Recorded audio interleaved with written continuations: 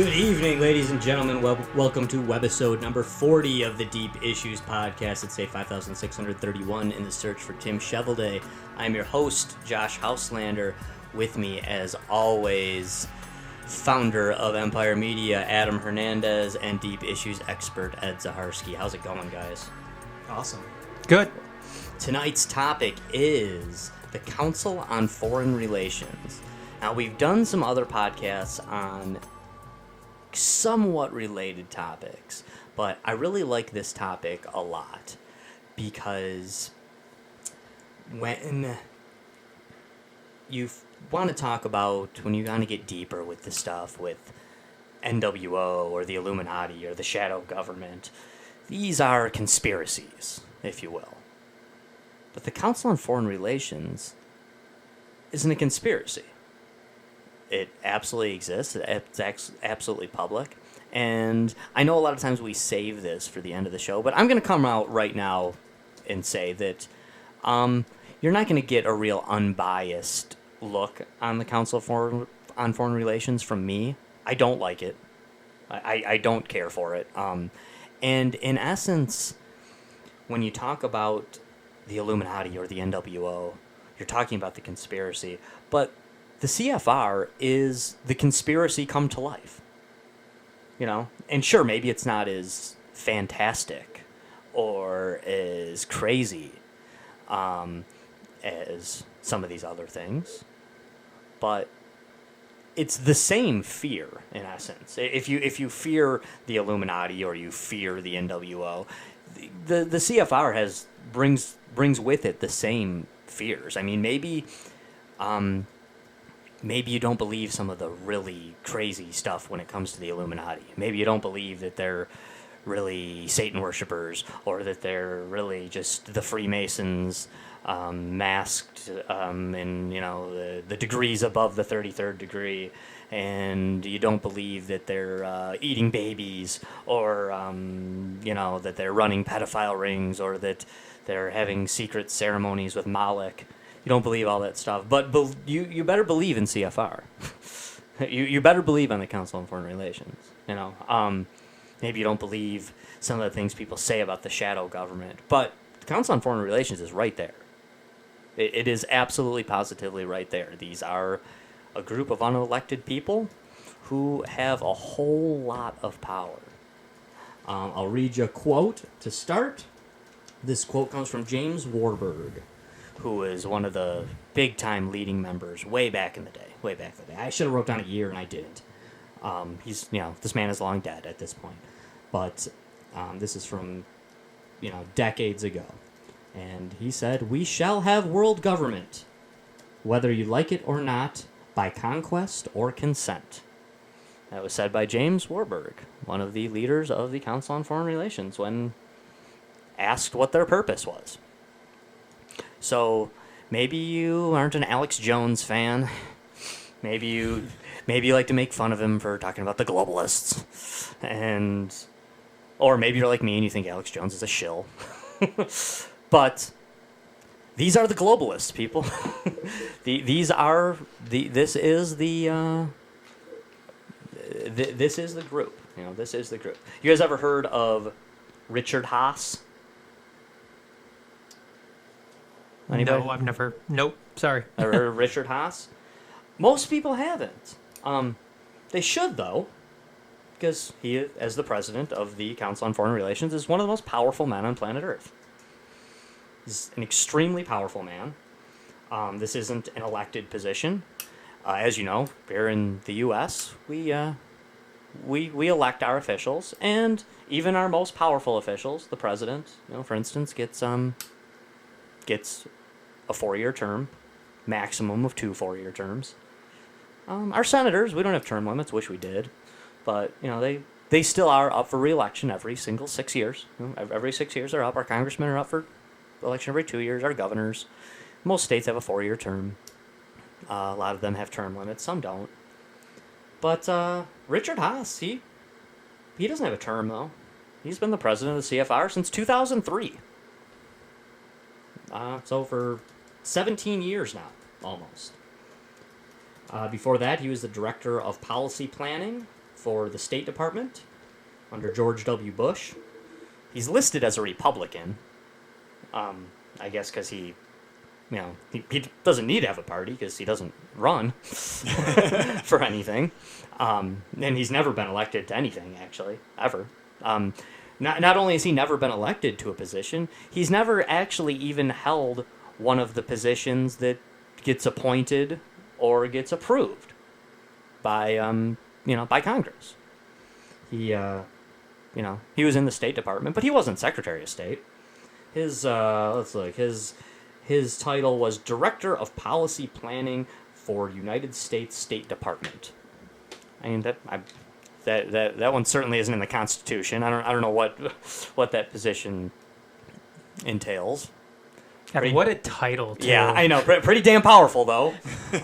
So I guess he would be like one of the right hand man to the Secretary of State, but not even officially, because he's not the Undersecretary of State. Every secretary has an undersecretary, but no, he's there.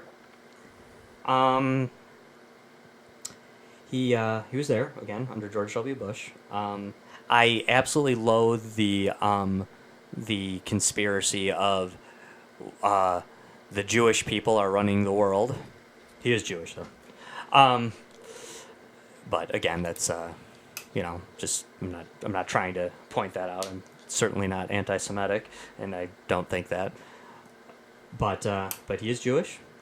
He was in the Department of Defense for a couple of years, from 79 to 80, so we're talking over 40 years ago. And then he was with the State Department all that time till 2003 when he became the president of CFR and has been running that ever since. Again, he's listed as a Republican, but I don't know that his views are Republican. Maybe they're Republican, but they're kind of like, I would describe it more as if you're not a big government person, then he's everything you dislike about the Republicans and the Democrats. Well, he's a moderate. He's a neocon. Yeah, I mean, he is. He wants to push forward every. Adam, you're more of a liberal guy. What's something that the Republicans do that you hate? Something with corporations or along those lines. He wants to push forward every possible thing to empower corporations. At the same time, he wants to push forward every possible thing on the environment. He wants to push forward every bit of climate change legislation you've ever heard of, and he wants to push forward every corporate Republican thing you've ever heard of as well. Which seems so counterproductive, Right, but when you control all of them, when you control all of them, it's kind of, hard to do, because really, isn't it always the big businesses that win out? It's kind of like the idea when they talk about, oh, that'll kill fast food if you raise the minimum wage. Like, oh no, it won't. Like, you kidding me? McDonald's wants you to raise the minimum wage as high as possible because McDonald's can afford to take the loss and pay that wage while everybody else goes out of business. Like, McDonald's wants that. They push that, and then they'll automate. And it's around the corner. Yeah. The way I like to put it is what the CFR mostly does at their meetings, because we as peons and peasants don't ever get the opportunity to do this. And maybe some of these issues are right, maybe they're wrong, maybe they're fake, maybe they're very much existential threats. I have no idea. But the CFR gets to pick what I like to refer to as our freak out issues. Because we don't get to pick what the media talks about and what our government officials talk about, but the Council on Foreign Relations gets to get together and they get to decide what the major focus of the world should be. In decades past, the CFR has always liked to choose one topic: nuclear proliferation, or communism or whatever as their focus on what is the biggest existential threat to planet Earth and to our wonderful way of life. But under Richard Haas, he has decided that no, that is definitely not enough. He has come out and said, and he's actually, I will say this about him too, as far as CFR presidents go, he is far more active and public than any of the past presidents and any of the other people that you've never heard of. He is, on mainstream media. He's on BBC. He's, given interviews. He has YouTube videos where he's pushing the agenda, where he has a bunch of paid celebrities with him talking about how great the CFR is and all the wonderful things they're doing and how the world could not possibly function without them. In fact, if you go to YouTube and look up Council on Foreign Relations, at least the first thing, probably more like the first three things that will pop up are their, are their promo videos, basically, with him in it. Despite people, posting negative things about them for so very long, and for them being a huge part of anti-government people or conspiracy theorists, if you will, despite them having a ton to say about CFR, that is not what you find if you Google them or if you go to YouTube and look them up. You actually got to dig really deep to find videos like that or to find articles like that. They are out there. You can find articles making the points that I'm making here, but you got to dig. You're gonna have to work through a couple pages of Google to get to them a lot of the time. But they get to choose our freak out issues. They get to decide what they think we will. They get to tell us what we should think is important to the world, in essence. While he was at the State Department, he was given the Presidential Citizens Medal.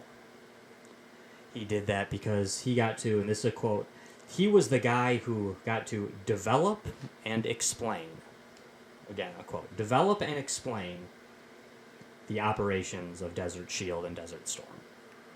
He was the guy that got to come up with all the ideas of why we need to be there.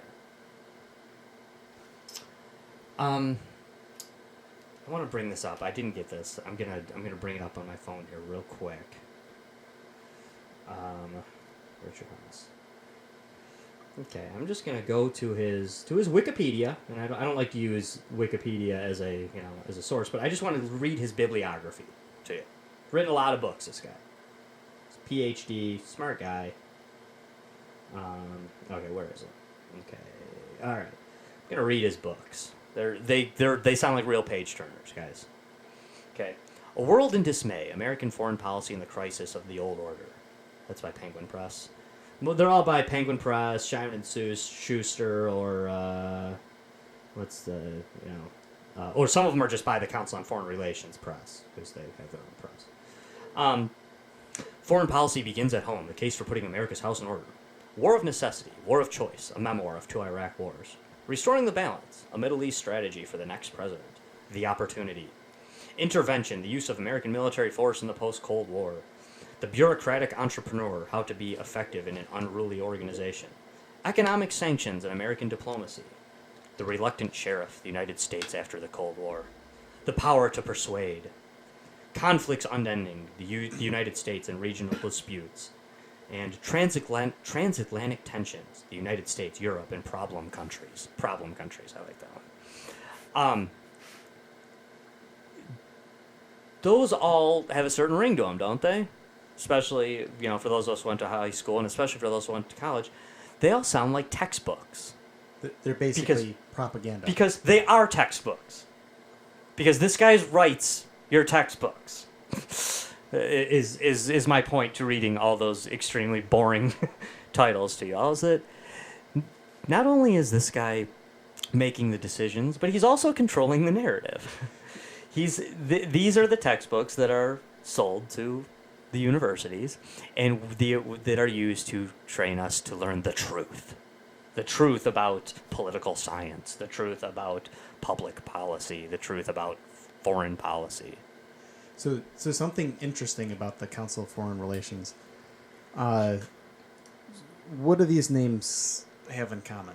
J.P. Morgan, John D. Rockefeller, Paul Warburg, Otto Kahn, Jacob Schiff. Those are all founding members of the Council on Foreign Relations. They are also people responsible for establishing the Federal Reserve.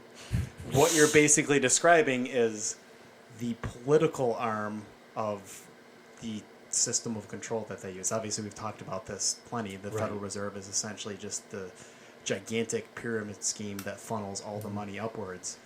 And essentially, the Council on Foreign Relations is the propaganda public relations that guides everybody towards where they put their money.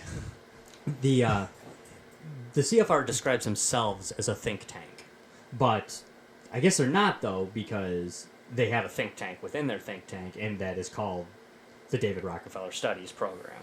David Rockefeller, as you know, not only founded the Federal Reserve, but he's one of the top members of the CFR, and he also started the Trilateral Commission, which we could do a totally different show on the Trilateral Commission that would, quite frankly, be very similar to this one. I'm glad you said that, Ed. I don't have anything about the Fed written here on these pages of notes.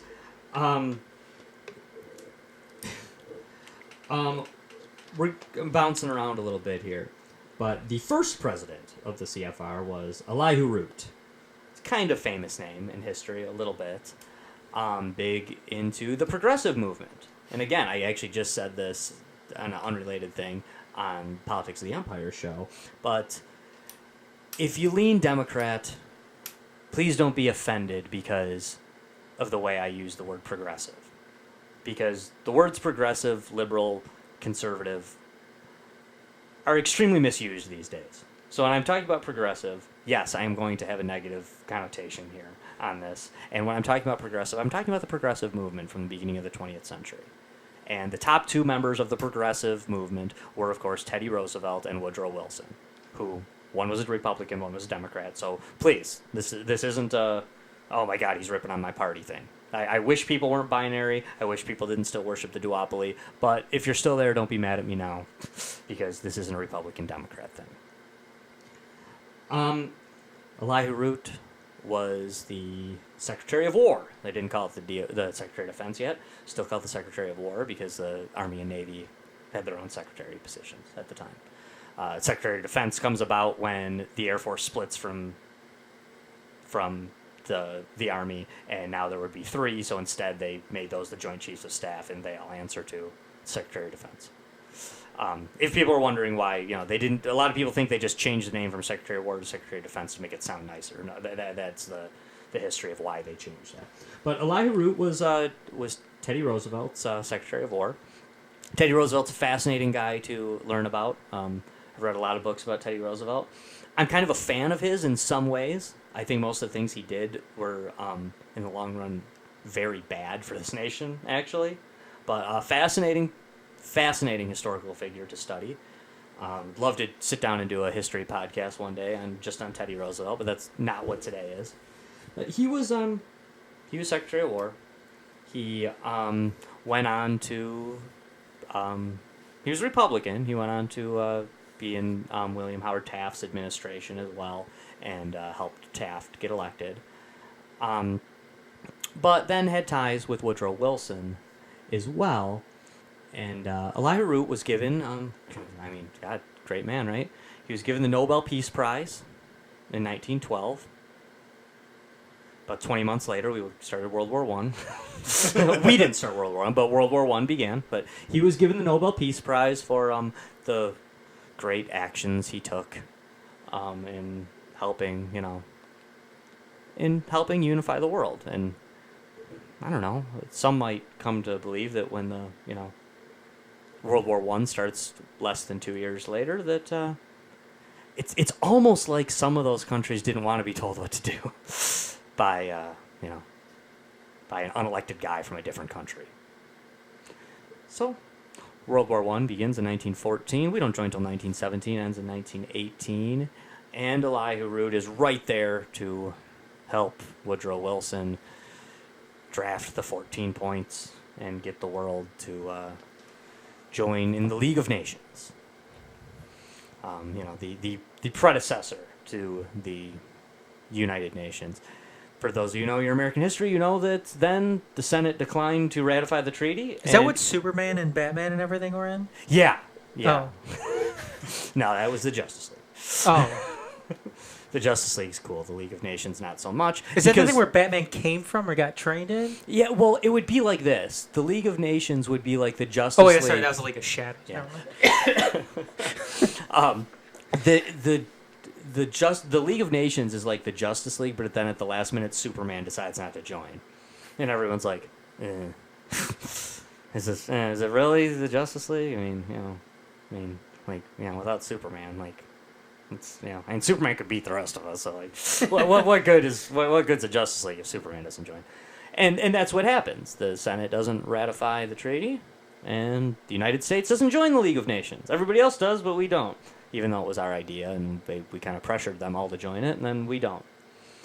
So Elihu Root kind of comes to the realization that he's doing it, but he's just not doing it good enough. He puts together a group called the Inquiry. The Inquiry inevitably becomes the CFR. So they move on from there. David Rockefeller, he's a big wig in all this. He joins in 1941.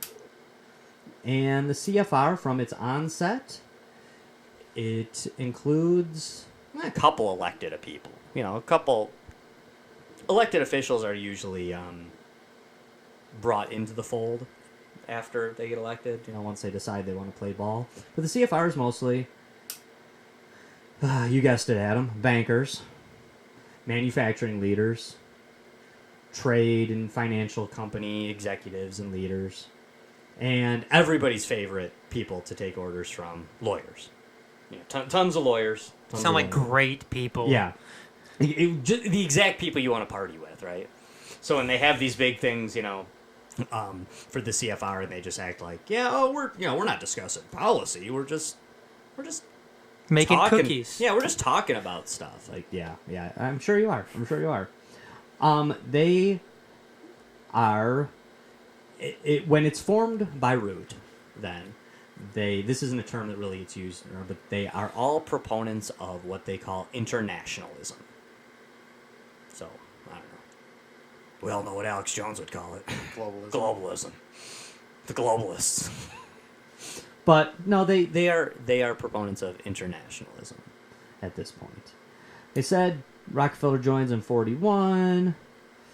From 45 to 72, about 50% of people in government are in the CFR in one way or another, have ties to it. Peaks at 57% under Johnson, but it's hard to get the percentages after Johnson because they're a little bit more secretive about it. Hillary Clinton has famous speech where she talks about, I'm sure you guys have probably seen that one, where she talks about how she's so happy that the CFR has put, because they're based in New York, but that they put in a place in Washington, D.C., because now it's that much closer for her to go over there and find out what they want her to do and want her to say. End quote.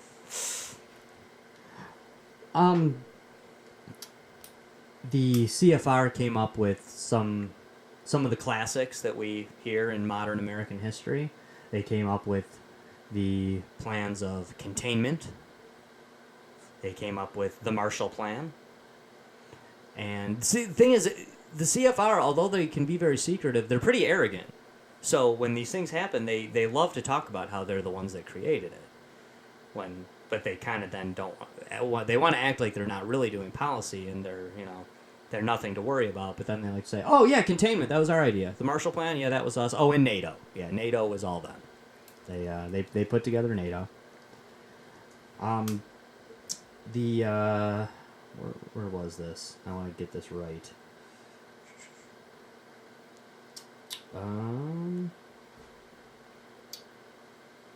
Oh well, I guess I can say that.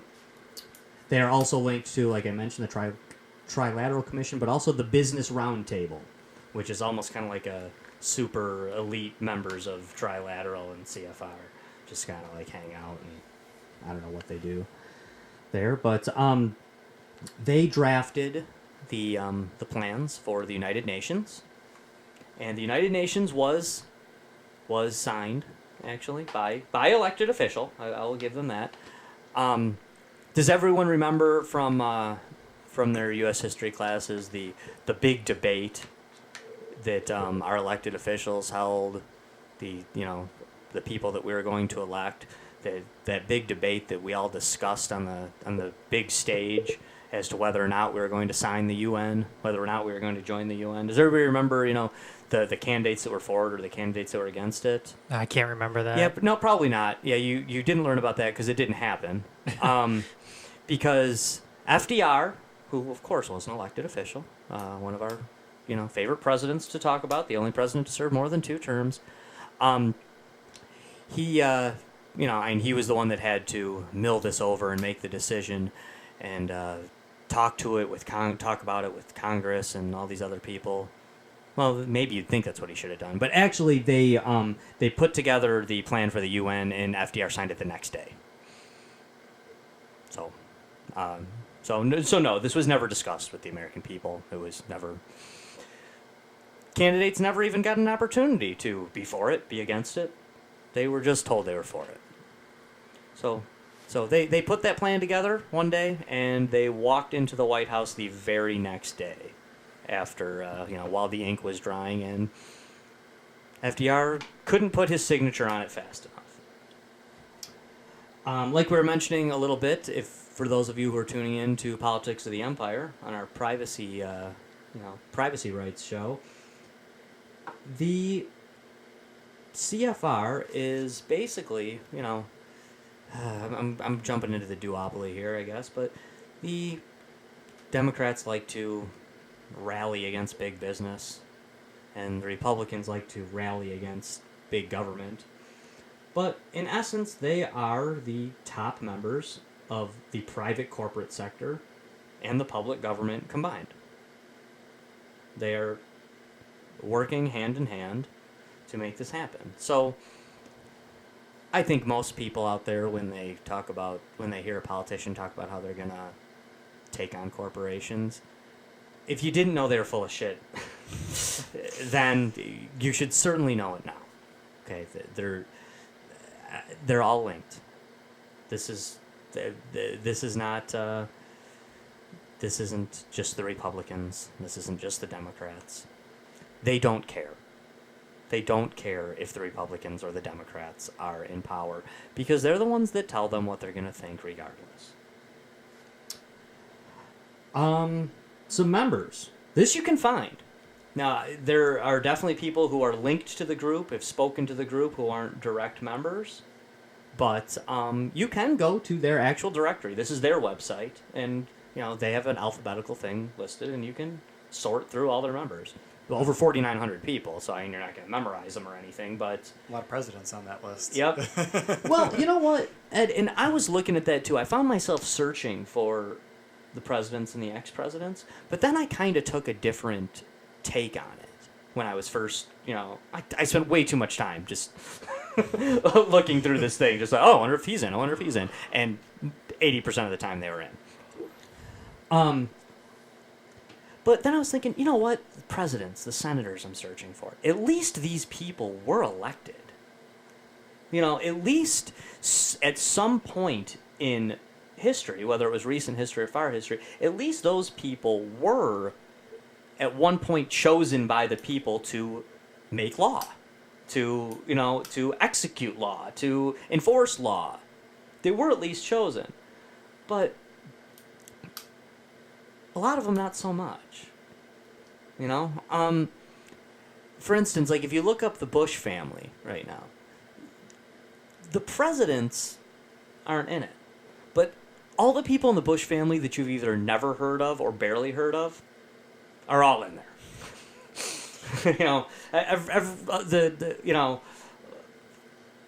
Just the ones that have never even attempted to run for an office, they're all in there.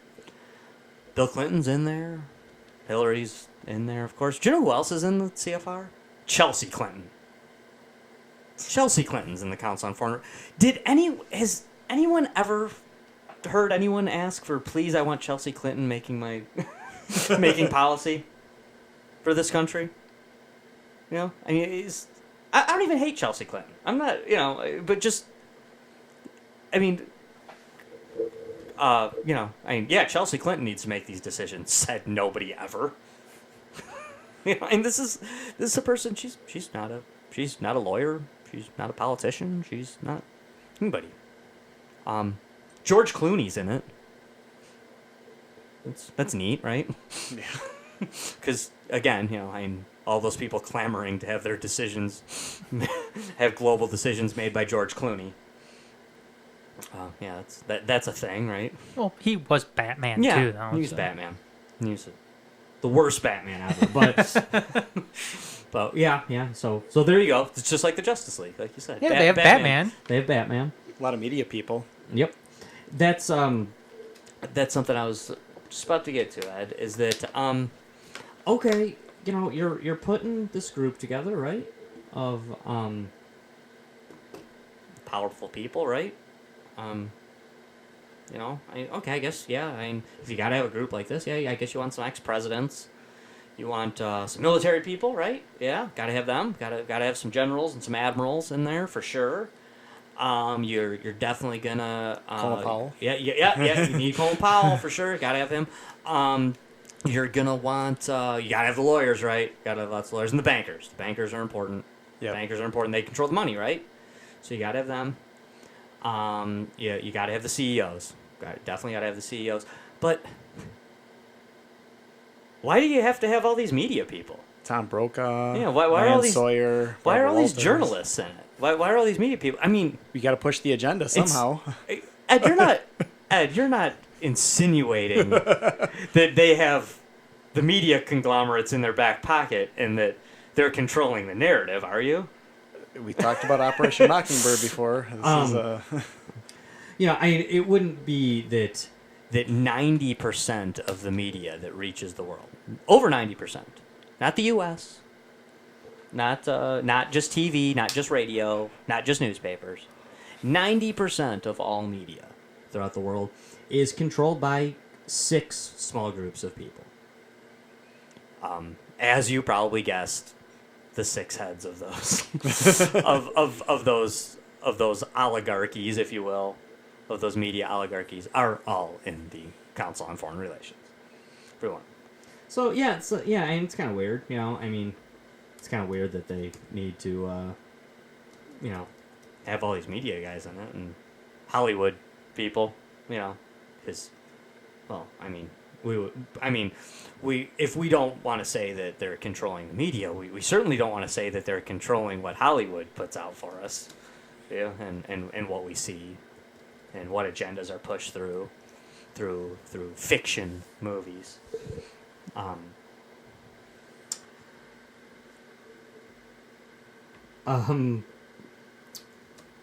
Yeah. Also, if you look at their members, yeah, you're gonna see Mike Bloomberg in there, of course. Of course. Yeah, I mean, it's you're gonna see everybody's favorite Democrat, who's not really a Democrat, Bill Richardson, the Democrat who has been so blatantly controlled by the Republicans his entire career, the only Democrat to be. Wasn't he in Epstein's Black Book too? Yes, yeah, he certainly was, and he was. oh, there's a few of those Yeah, in there. And Epstein was on, or he was in Epstein's flight logs. He was in. Big fan of Bohemian Grove. He's like the token Democrat at Bohemian Grove. Only Democratic candidate to be endorsed by the NRA for Wasn't Bill president. Clinton at Bohemian Grove? He was at Bohemian Grove. Okay. He denied it. He denied being at Bohemian Grove, but he was there. And even now, when they've kind of backtracked on it, they kind of like to make the claim that he wasn't there until after he made those statements. But even that Nah. doesn't really look like it. It looks like he was there when he made the classic line at the thing where the guy in the background at the press conference was the guy in the background screaming about Bohemian Grove, And Clinton makes a joke out of it, and he's like, "Ain't that where the Republicans all get together in the forest and run around naked?" I believe people still count me in. Yeah, I believe they still like to claim that, although he was there later, he had not been there yet. But most sources show that he was most likely there before he made that statement. No Hillary though. They do still keep with the all dudes. But Bill Richardson was a big fan of that. He's of course a big CFR guy. Much like the Bushes, Dick Cheney was once the president of CFR. Was he President Trilateral? I don't want to get that wrong. I believe he was president of CFR. If I'm wrong, then it was Trilateral Commission, and I apologize. But he was definitely part of both of them. He made jokes about it while running for vice president. Talked about how it was so good to be back at the Council on Foreign Relations. I spent a lot of time here, make a lot of decisions here. Then chuckles, says, "I left that out while I was running for office, of course." And the room erupts with laughter because they know that they know exactly who they are and what they're doing. But much like the Bush family, if your last name is Cheney and you've never been elected to an office, you're in there. Whole lot of Cheneys on there, whole lot of Clintons, whole lot of Bushes, whole lot of Rockefellers. Yeah, that takes you quite a while to scroll through the R's. If you look up their membership list. Condoleezza Rice, of course. A lot of secretaries of state. See, David Gergen is on there too, who's also has associations with Bohemian Grove, Yes. and he is, I believe he was advisors for Nixon and Reagan as well. I know Nixon for sure. I can't remember if it was Reagan or Bush. I think it was both. And I know it was Nixon. I know Nixon but I know it was two. He definitely two administrations. I just can't remember if it was Nixon and Reagan or Nixon and Bush. I think it could have been Reagan too. I think it's Nixon, Bush, and Clinton. Is it Nixon, Bush, and Clinton? Yeah, because when Alex Jones in his famous outside interview with David Gergen, that's anyone who's gone down YouTube rabbit holes has probably found that one at some point because it's like 2 minutes long or whatever, where he questions him about Bohemian Grove and Gergen gets all like super butthurt super fast. I believe that was during the Clinton administration. Oh, he served during the administrations of Richard Nixon, Ford, Reagan, and Clinton. Okay, all right. So what he was doing when Bush was president was probably just polishing the Moloch statue or something. Because I promise he was doing something. But yeah, I knew that he had been in both Republican and Democratic administrations. But yeah, he's a big CFR guy. He's big world guy. Of course, Kissinger as well. Of course. Was Kissinger like 200 years old? Was it? I mean, that guy's been like running the world for before my parents could vote. If anybody needs the guillotine too, it's... Yeah. Oh, he's 96. Is Kissinger not? Really, that guy? I swear, the guy's been running the He's been around for a century. Yeah, literally. He's been running the show, or one of the guys running the show, one of the oligarchs running the show, like literally since before our parents could vote. Yeah. So yeah, Dr. Kissinger is a big one. He just never goes away. Yeah. But I mean, I look at this, and again, I know some people like to disregard what people say about these groups because of the fantastical claims that are made. And I'm not here to say those are right or wrong today. That's not the issue. But if you ignore when speaking of the CFR, whether or not they're serious when they worship Moloch at Bohemian Grove, or whether or not there is really things like the Eyes Wide Shut ceremony in the movie, and strange satanic worship going on with the Illuminati. Whether any of that's true or not, the CFR, in essence, is the conspiracy. You know, they are what the conspiracy is talking about. They're running the show. They are the ones making the rules. They are the ones telling the politicians what they need to say. Or more like telling the politicians what they need to think, and telling the media what they need to say, and telling the populace what we need to be afraid of. This is the New World Order, if you will. You know? They don't, you know, they seem to always have to, like, Throw the words new and world and order together in every speech they give, as if to mock us in a way. You know? So then when we say, look, they said New World Order again, they're like, oh, you silly guys, you always think it's the New World Order. Now let's get together and decide the order of the world in a new fashion. You know, this is it. You know, I mean, maybe they're not as nefarious as some of the claims of the Illuminati. Maybe they're really trying to... Maybe in their heart of hearts, they're really trying to do what's right for mankind. But either way, this is it. This is what the conspiracy theorists are talking about. So forget that they're loony. Forget that they sit in a room all day with pinned up newspaper articles and a tinfoil hat on their head. This is why they have those feelings. Well, like This is it. Well, Josh, like what you said, I mean, this isn't conspiracy. I mean, this is... Not at all. I mean, this is... I mean, like you said, you can go and look at their membership roll on their website. Yeah. They have a website. Right, right. And the thing is, they're so arrogant, and have obviously, blatantly, you know, paid whatever amount of money you have to pay to Google to make it so the first 20 things you see if you Google Council on Foreign Relations is their propaganda pages. They're propped up, you know, official web pages. And you can find, hey, yeah, they're actually having a meeting here. We're in Detroit here. They're having a meeting at Wayne State. I believe it's February. I think it's February 20th. They're having a big meeting here at Wayne State in Detroit, Michigan. You're not invited. Don't worry. But you can, you know, you can stand outside and cheer them on. We can't RSVP? No, you can't. You can stand outside and cheer them on.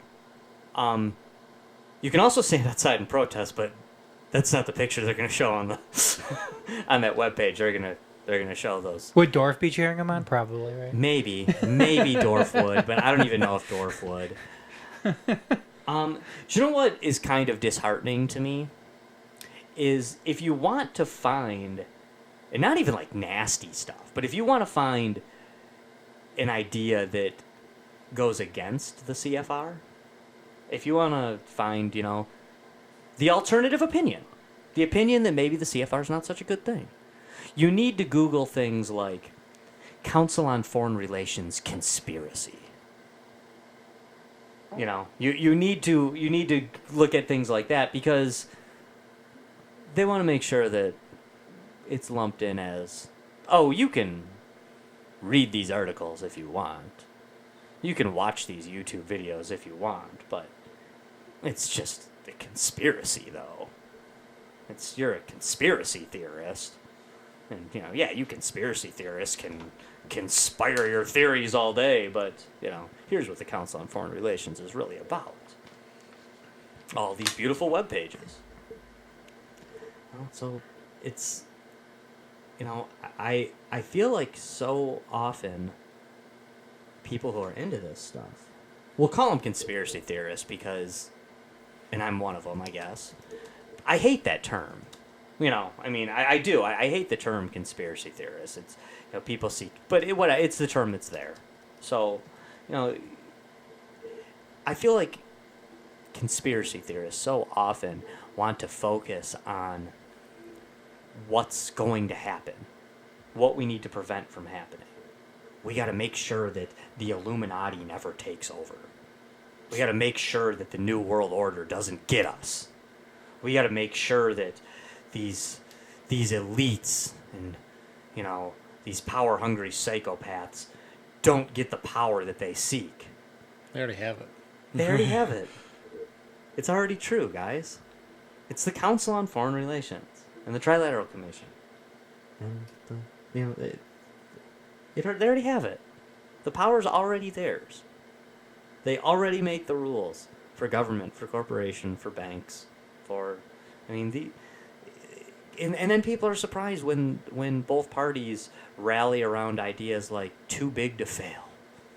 These banks are too big to fail. Yeah, okay. You believe that why? Because you were told that. You know, I mean, us peasants believe it because we were told. Well, they said it's too big to fail. I guess they got to bail them out.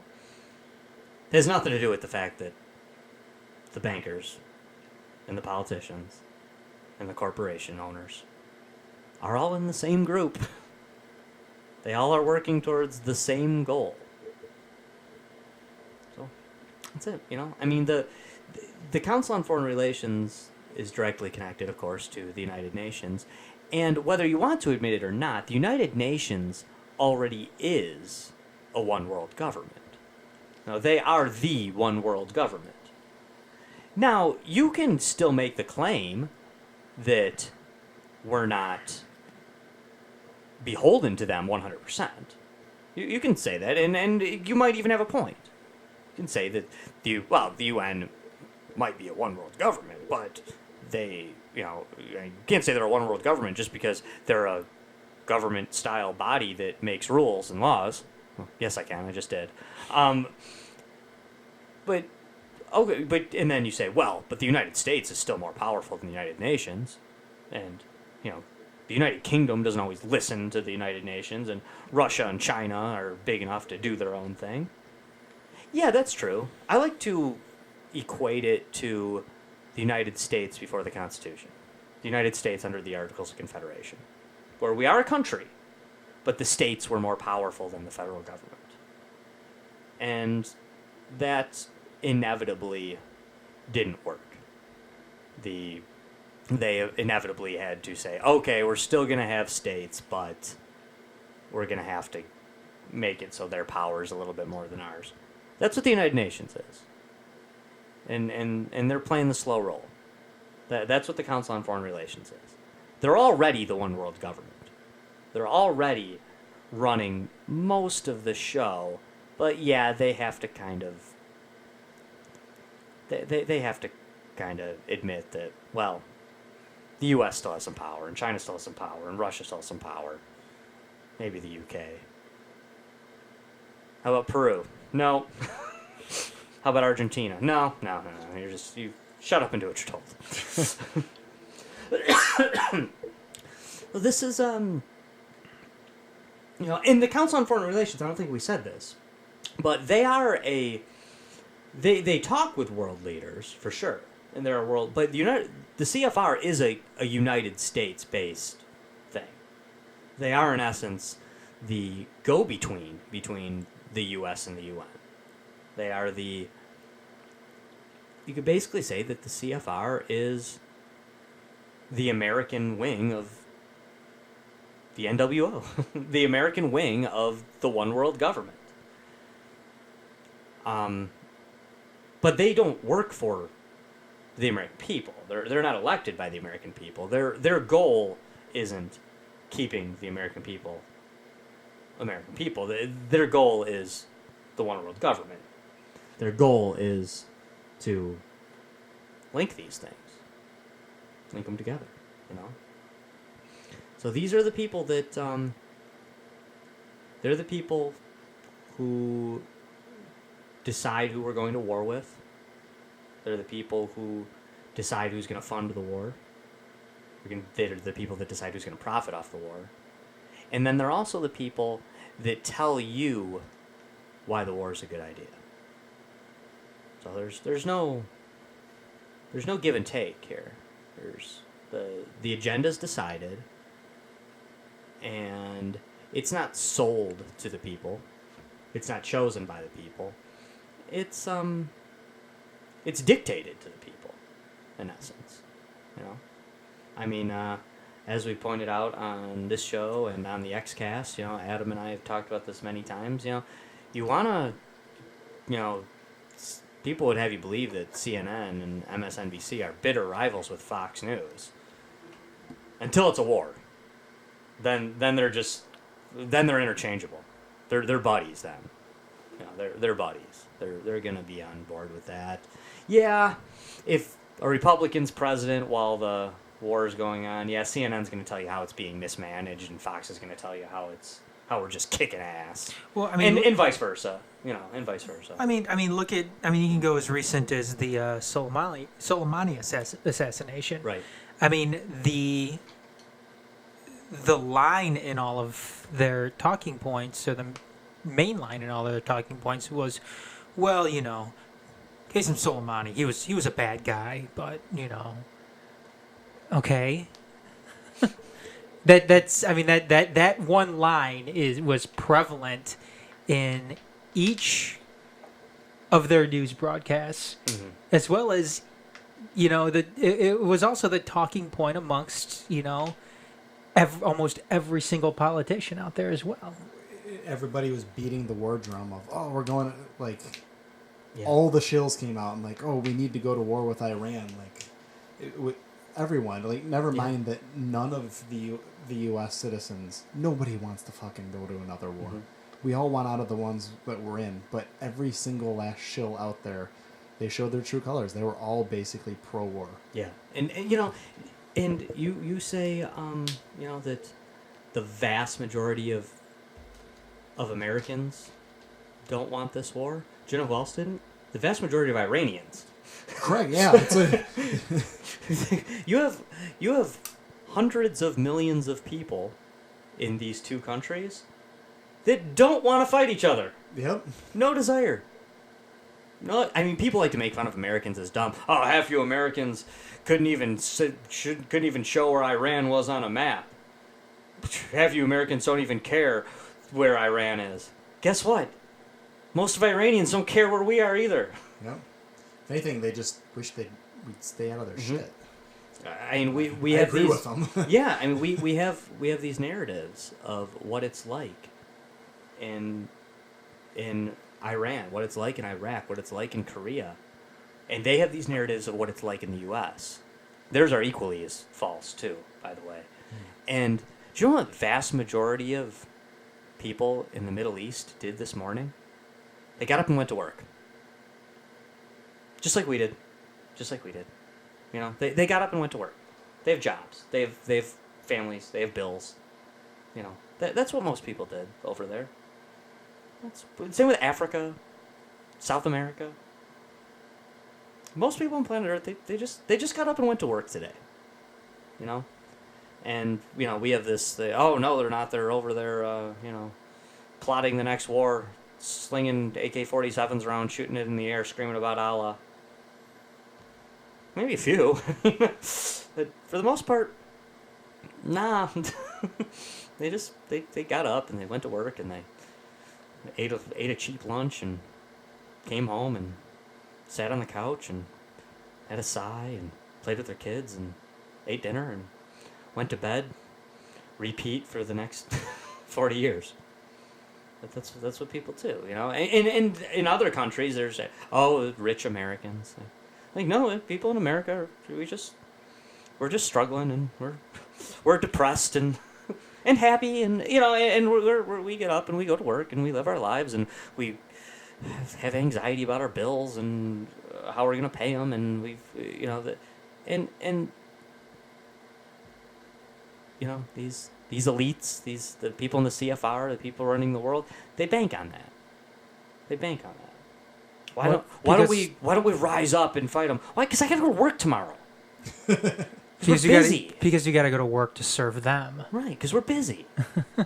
You have to go to work. I have bills to pay. I have mouths to feed. I mean, that's why we're not storming the Council on Foreign Relations office. In New York, in a shiny building that's. And in Washington not now. They're not like they're not the Illuminati. They're not the Decepticons. They don't have like a secret underwater base in the middle of the ocean that you can't get to. That we know of. Yeah, they might, but they got a shiny building in New York. You can walk up to it. They won't let you in. You can see it from the outside. You can, maybe if you're a good enough troll like Alex Jones, you can hang out outside there for hours and hours and hours and days until you finally catch David Gergen walking in out of a taxi, and you can get a 2-minute YouTube clip out of it. Watching a CFR member get butthurt when you bring up Malik in Bohemian Grove. But that's it, and that's what I I mean, we've said it both ways on this show. This isn't a conspiracy. This is real. But at the same time, this is the conspiracy. This is what people are claiming they want to make sure never happens. It already happened, man, and it's not even new. It's not even new. It's 100 years old. It's they're the ones running this thing. You can apply for membership to the CFR. Should we all apply? No, you can't, because before you can apply, you need to be nominated by a current member. Oh. And then I believe it's either 3 or 4 either current or former members need to second the nomination. And then you get to apply. Just to double check that membership rule again to see if I can get any nominations from somebody. Yeah. Hey, keep talking about George Clooney and how hot he was at Batman. Maybe you'll catch the show one day and nominate you. Well, hey, if one of us gets in, then we can, right, then we're golden. Yeah, then we could nominate. Yeah, we can nominate each other, and that's. So I'm sure that I'm sure when Chelsea got the nomination, I'm sure Bill and Hillary had nothing to do with that. I looked. Hillary's not in it. She's not listed in it right now. Yeah, she's not. She is not listed in it right now. She has been in it, but she is not. She left to run for president. Oh, okay. Yeah. But yeah, no. Right now, current membership: Bill and Chelsea. I'm sure they just didn't update the page yet. Yeah, she's probably. I'm sure she's still welcome at all the meetings if she wants to. But no, she is not technically in.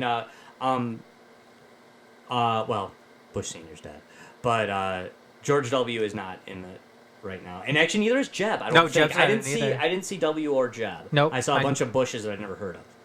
So like Mary Bush and like 2 others. Yeah, or something. names that sound familiar. I know Neil, I believe, was in at one point too. The brother they never talk about. Oh, is there any Kennedys in it? Oh, that's good. That's a good question. That is a good question. Let's see if I can find any Kennedys. Rand Paul, Bernie Sanders, not in the CFR. Those are 3 politicians that. Caroline Kennedy's in it. Oh, of course she is. Craig Kennedy, David Kennedy, Edward Kennedy Jr., Mark Kennedy. Okay, so the crew, they got the crew. They're all in there. Well, they have the representation in there. Oh, exactly. That's what I mean. They probably all filter in and out. Is in essence what happens. Like not every Rockefeller is listed in there either, but they filter in and out. There's always half a dozen to a dozen of them in there. One thing I did notice, I looked under the Rothschild. I didn't see any. There weren't any in it right now currently, supposedly. I was kind of surprised at that. Look at, was Schwarzenegger in it? Schwarzenegger's got to be in it.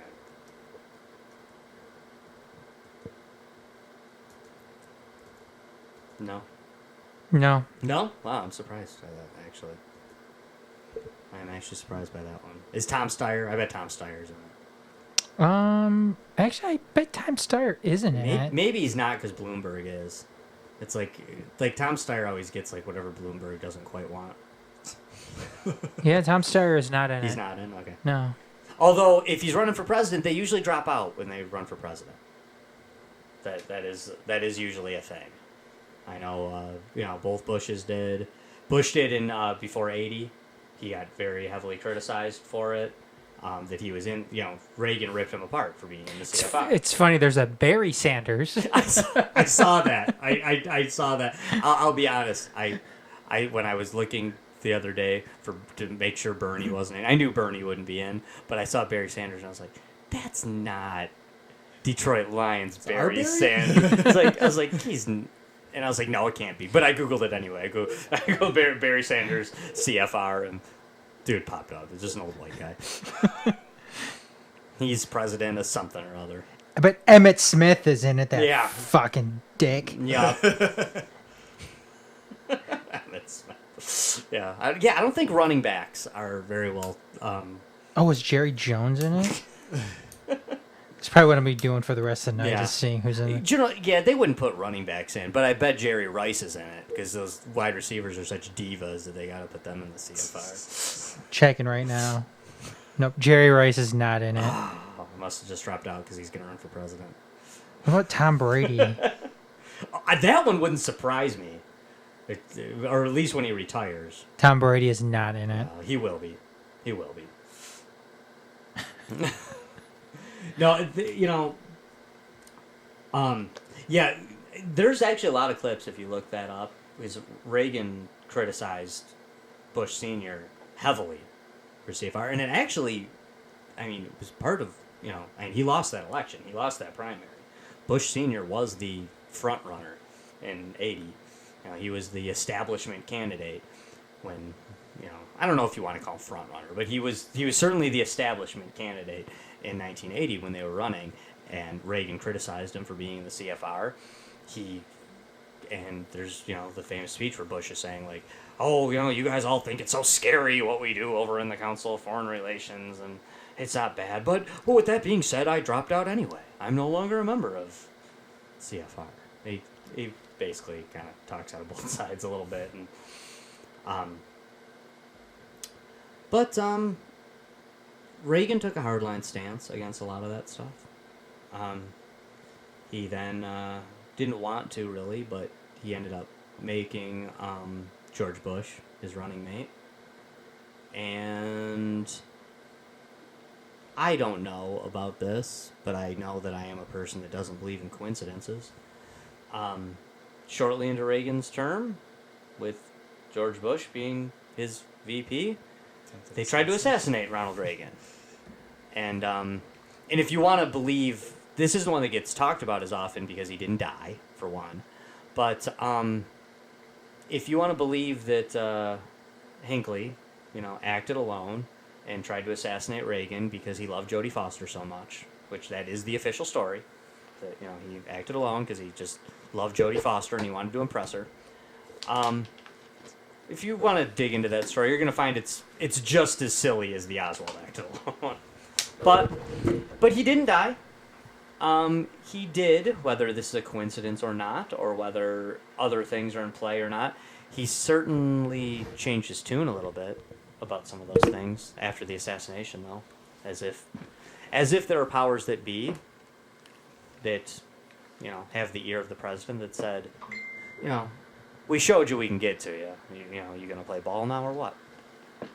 I don't know that. I'm theorizing here.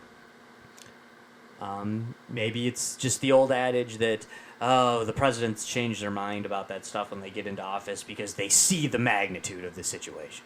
You can't possibly understand it until you're actually in the chair. I don't think so. I think when somebody becomes president of the United States, whether it's Barack Obama or Ronald Reagan or JFK, I think some little guy walks into the office that no one's ever heard of, including them, holding the briefcase. And when I say that he tells them all the secrets, I don't mean aliens and, simulation theory. I mean, he just tells them how it really is, how the world really works. And for the most part, I think they play ball. I think Ronald Reagan's a good example of a guy that still tried to be his own guy from time to time. That still tried to buck some of that. He certainly did while he was running. He kind of did while he was president. I think he's also a guy that wasn't the most brilliant and capable man to ever be president. And because of that, he was controlled. I think he was a wild card to some degree. And I like Ronald Reagan. As far as presidents go, I think he some stuff. I think George W. Bush was an example of a guy, too, that was I don't know. Part of me kind of thinks he's maybe a decent guy. But he was a stooge. I don't think he was running the show at all.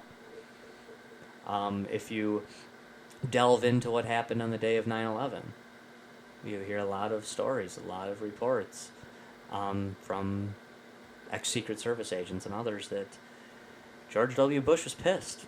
He's the president of the United States. The Twin Towers just went down and nobody returned his damn phone call. But Dick Cheney knew about it. Dick Cheney and Rumsfeld were there they were there calling shots, making decisions, and what do you mean? Oh, you still haven't gotten hold of the president, right? Okay.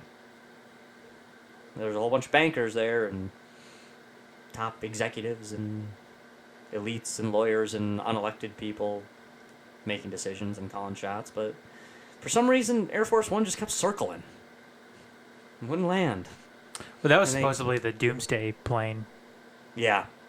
I mean, I don't even know if that was Air Force One. I think that was the Doomsday plane. Not the ones that are pictured. The one above the White House? No, I agree. I agree with you. But they claim that they diverted Air Force One for security reasons, and then there were all these issues, and the phones wouldn't quite work, and there's there's basically and actually George W. Bush is one of those guys that the Secret Service, when you read the books, who knows if they're real or not. I question everything. But he's one of those guys that the Secret Service seemed to like. He was like a bro. He's a cool dude. He was bro-y. They just liked hanging around him. He talked sports and, like the way Bill Pullman's portrayed in Independence Day, where he, walks out in his bathrobe and they got the sports page ready for him. And like, hey, buddy, what's up? How you doing? Did they hate Hillary Clinton too, or yes. Isn't that the rumor? Yes. Oh, there's a couple books. Yeah. Oh, they loathe her. they hated Hillary with a loathing passion. Which how can't you? I mean, she's putting her best her forward when she's on TV, and we all hate her. Imagine what she's like behind closed doors. Well, I'm a fucking leftist, and I think I'd rather hang out with George Bush. Yeah, I mean, Ellen DeGeneres does. No, I'd like to hang out with George W. Bush. Hey, you want to paint something or just hang out? Yeah, but there are reports supposedly, day of 9/11, where George W. Bush is actually just like basically throwing a temper tantrum on Air Force One. He's slamming his fist on the desk when they're, we haven't been able to get a hold of, Mr. Cheney. We haven't been able to get a hold of Mr. Rumsfeld. And the reports are, in books written that he's slamming his fist on his desk in Air Force One saying, what do you mean I'm the goddamn president? What do you mean they're not available? What do you mean they're not returning my call? Well, I don't know. It's almost like you're not running the shots, man. You're not calling the shots. You're not running the show. So, I don't know. So, Council on Foreign Relations. No deep dark here. No robes and shadows and ceremonies. No Moloch. Just super elite people that you've never heard of, that have never been elected to anything, making all of the important decisions. All of them. And George Clooney.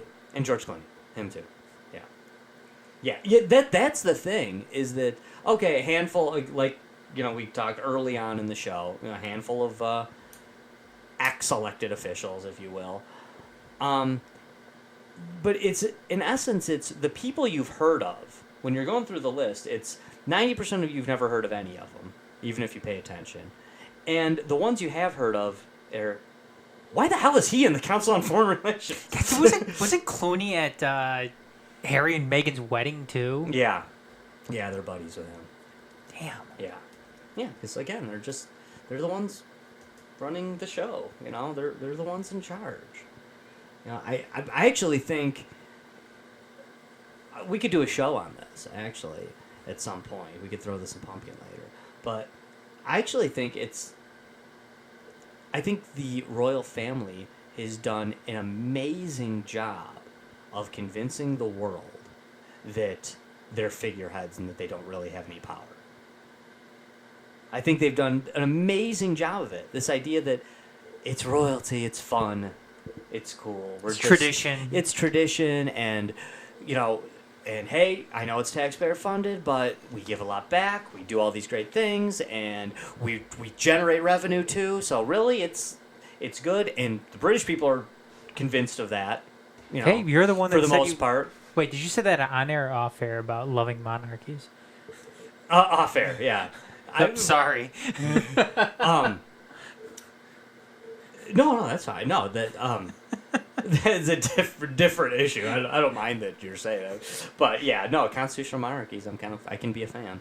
But in a constitutional monarchy, you acknowledge that the monarch is in power, and I really do think that the royal family, especially the British royal family, has done a fantastic job of making it look like they are figureheads and they care not for the politics of the day, as far as above it concerning the well-being of the people. We just want what's best for the people of Britain or the people of the world, and we're not going to pay attention to this stuff. We have elected officials. We have a parliament here that runs that, and we're just figureheads of of history, of culture. But I think they run a hell of a lot more of the show than people like to realize. I'm not sure that aristocracy has ever died in England, or anywhere else, quite frankly, because we don't have a fancy royal family with robes and stuff here like they do in Belgium and England and we have the Kardashians. Japan and exactly that. And who is our royal family? It's these guys. It's the CFR. It's the Rockefellers and the Cheneys and the Bushes and the Kennedys, and it's the people who were running the show and are still running the show. They are the ones in control of this. Yep. It's the Koch brothers and the Zuckerbergs. Right. Oh, yeah. No, for sure.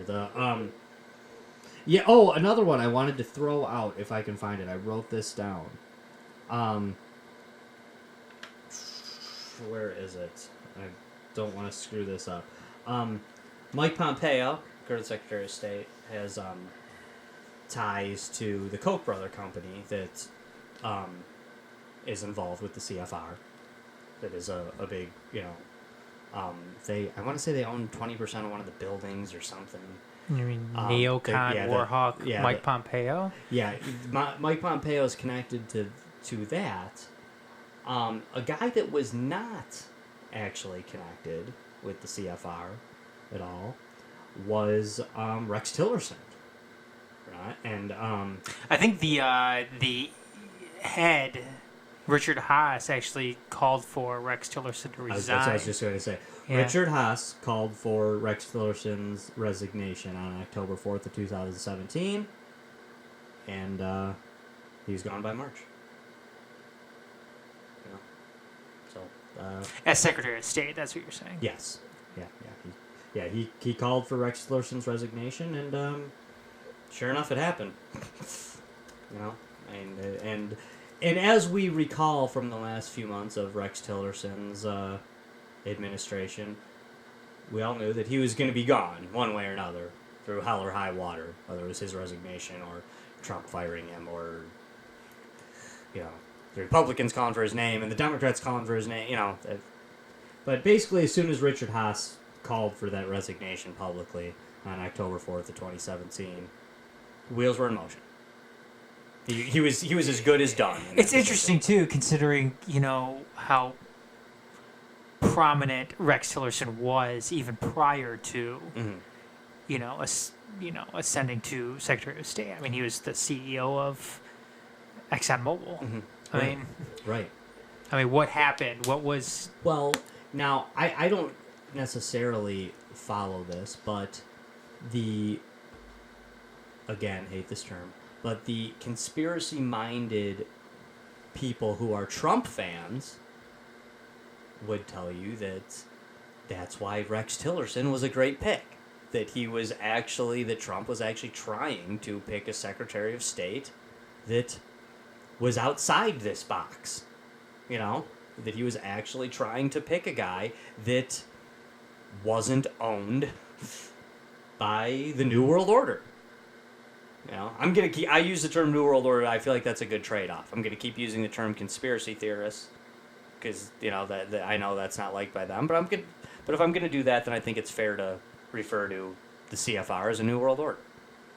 So you could say that maybe he really was trying to put a guy in there at Secretary of State, the world's top diplomat, who wasn't tied into this.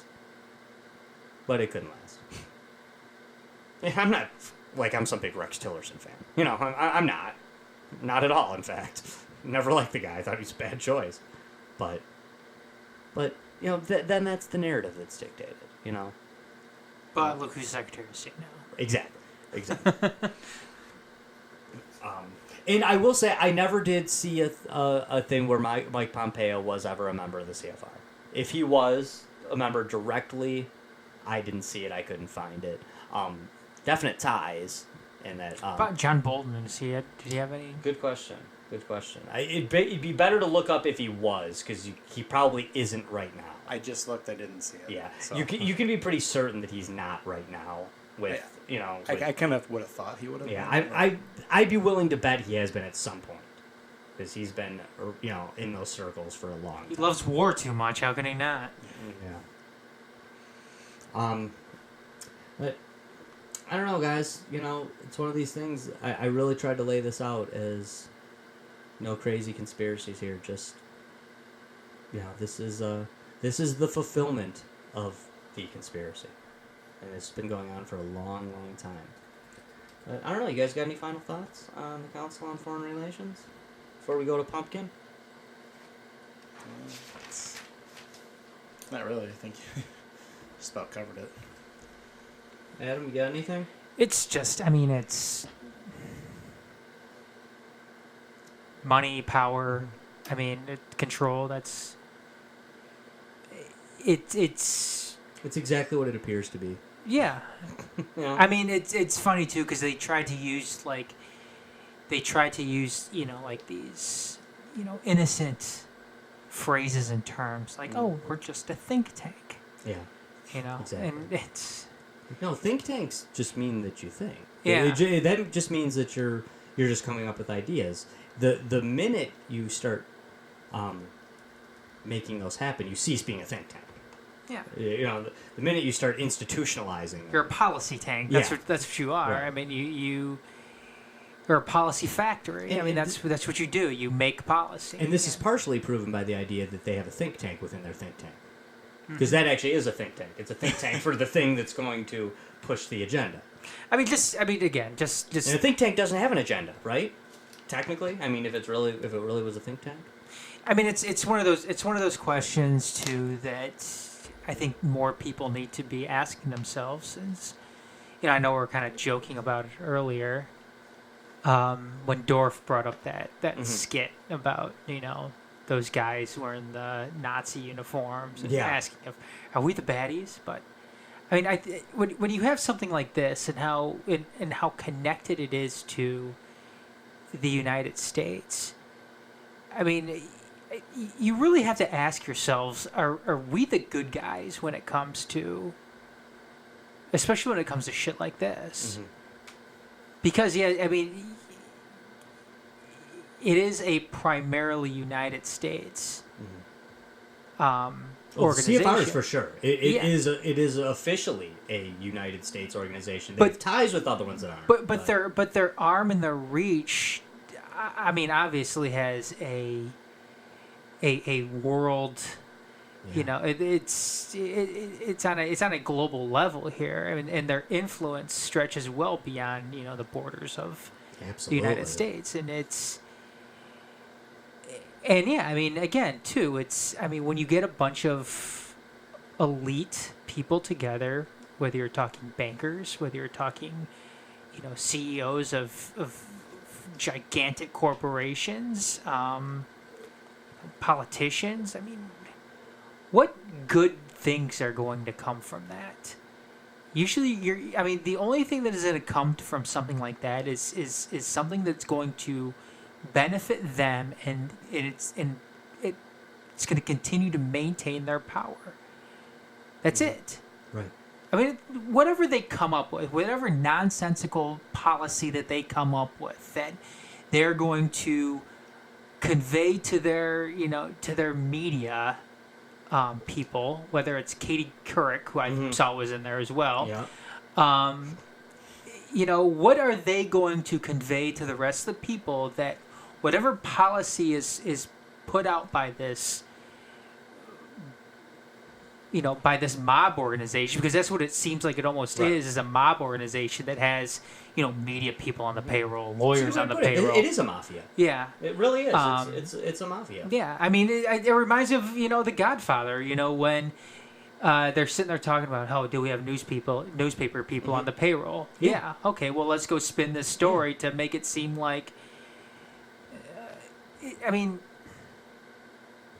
That's what this is. And Adam, you brought up Soleimani, and that's what a great analogy to that scene in The Godfather with just the we can't just can't kill a foreign general. Well, why not? He's a bad foreign general, right?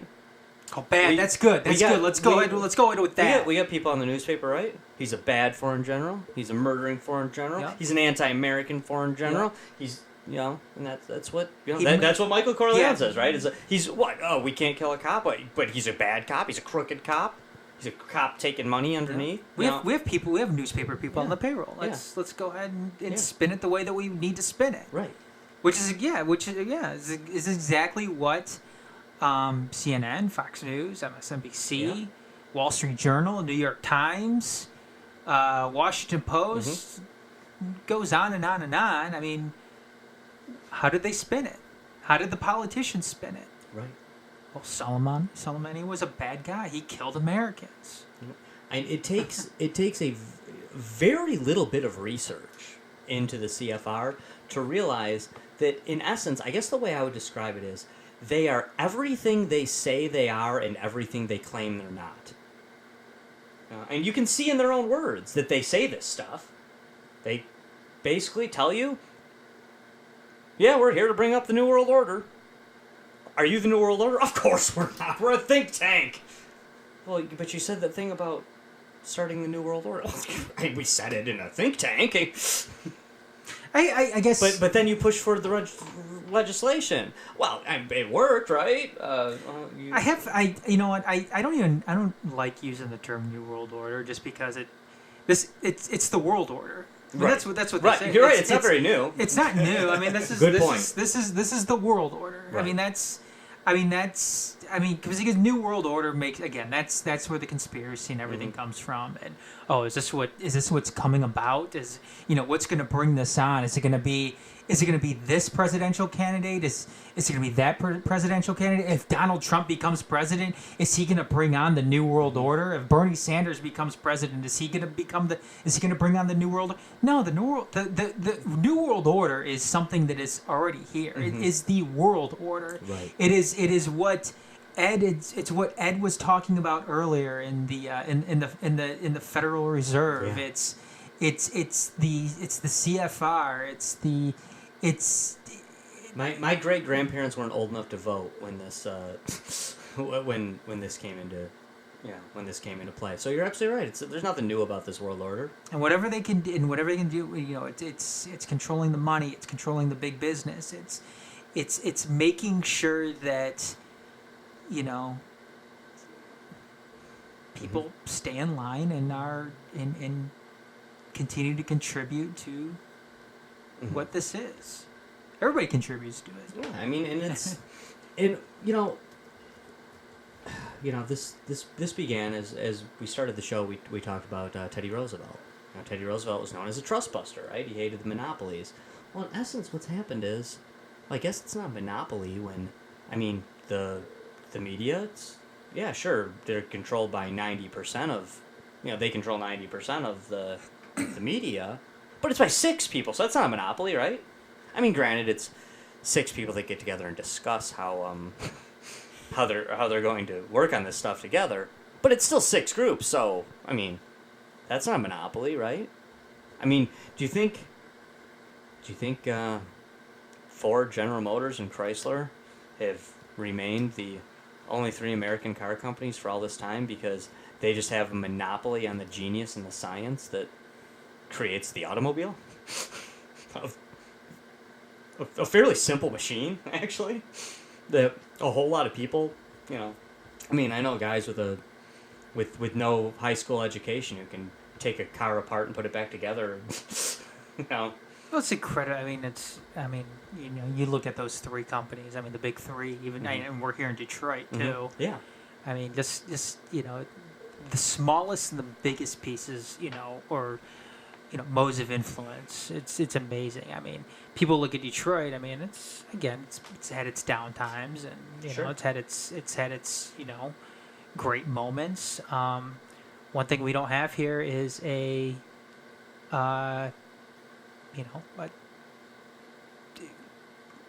suitable public transit, like in the sense that we don't have a subway or. Speaking of the Q line.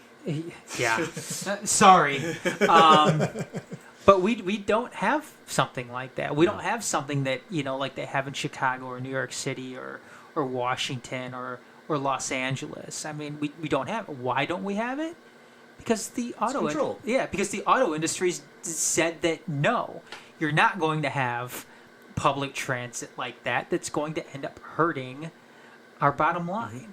And what we get in replace of that is some shit alternative like the People Mover that just goes in one big circle, which I don't even know how many stops there are now. I mean, the only benefit that somebody could use that for is maybe parking in Greektown and then taking it to Joe Louis Arena where the Red Wings are playing. But Right. Red Wings don't even play at Joe Louis Arena anymore, so you can go on a little tour of the city, I guess, and get back to your car at Greektown and go to dinner.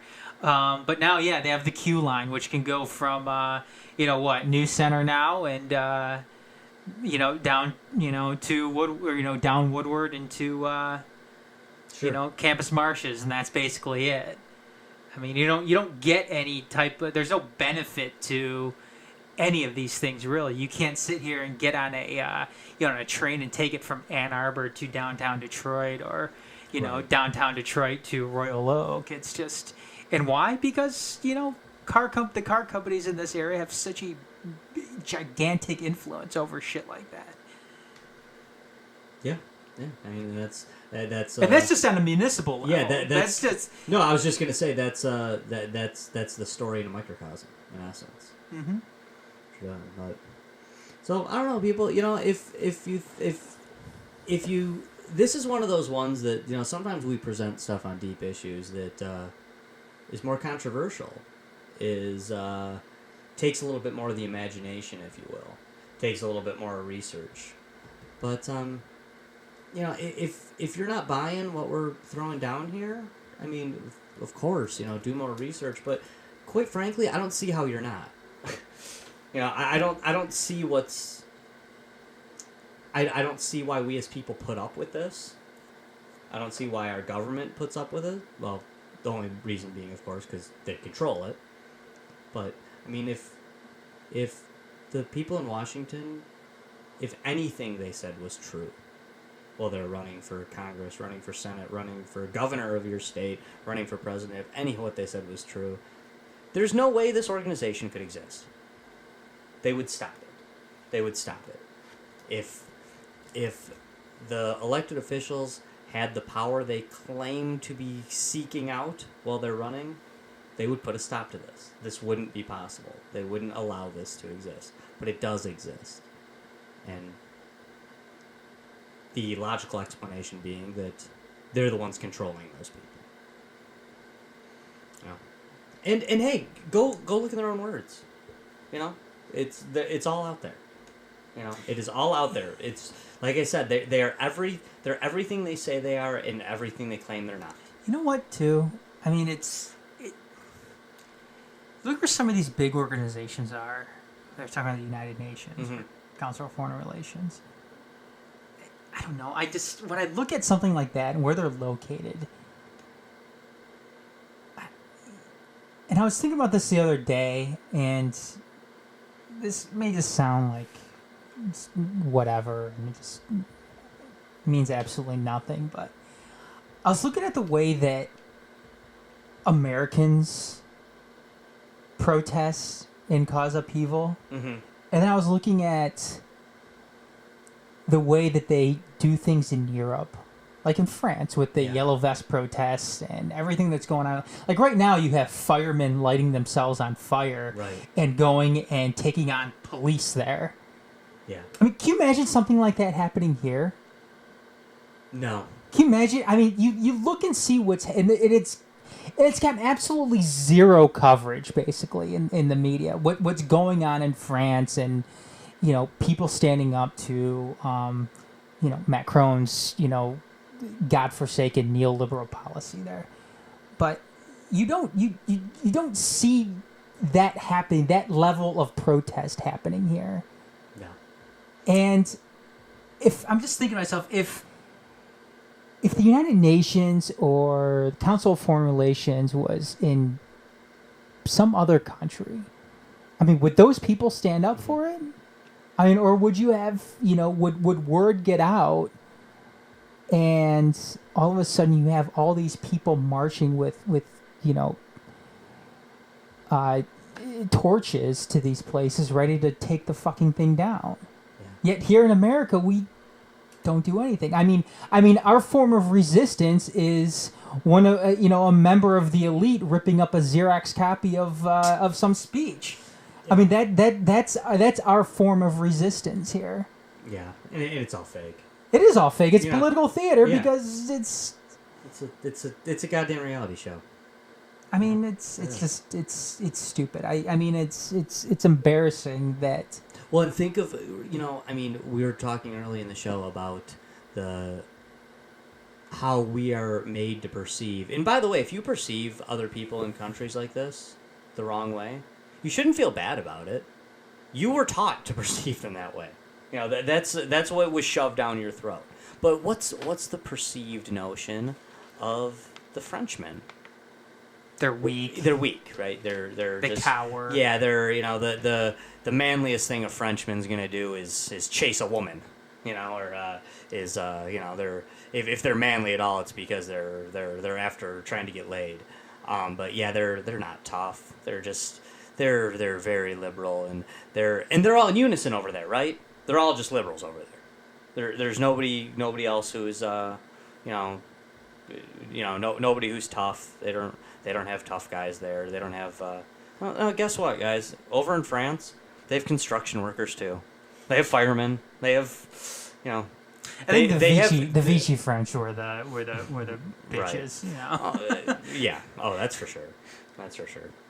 But look at those French protesters. Some tough dudes over there. You have fucking firemen lighting themselves on fire. Yeah. I mean, pretty harsh. Yeah, and going toe to toe with police officers. Yeah. Yeah. What do police officers and firefighters go toe to toe in America? Union benefits? Who's gonna get who's getting the best of that? Yeah.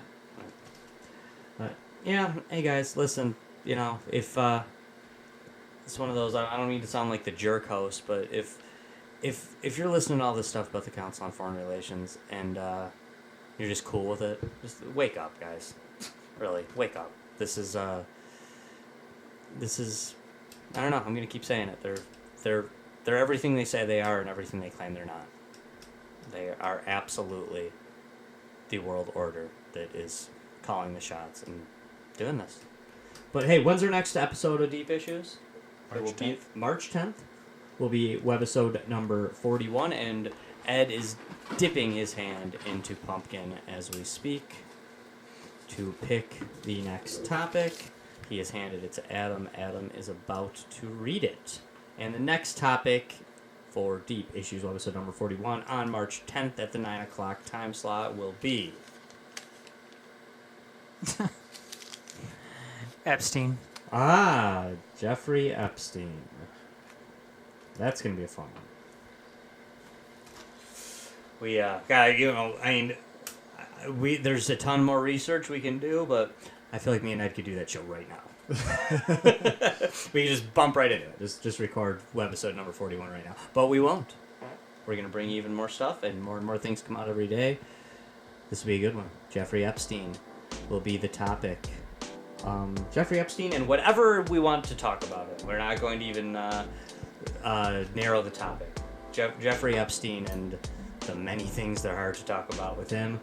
Next episode. Thanks. This time slot next week will be the X-Cast. And Politics of the Empire is going to be on next week again, too, at 7 o'clock. Thanks for tuning in, everybody. We'll see you.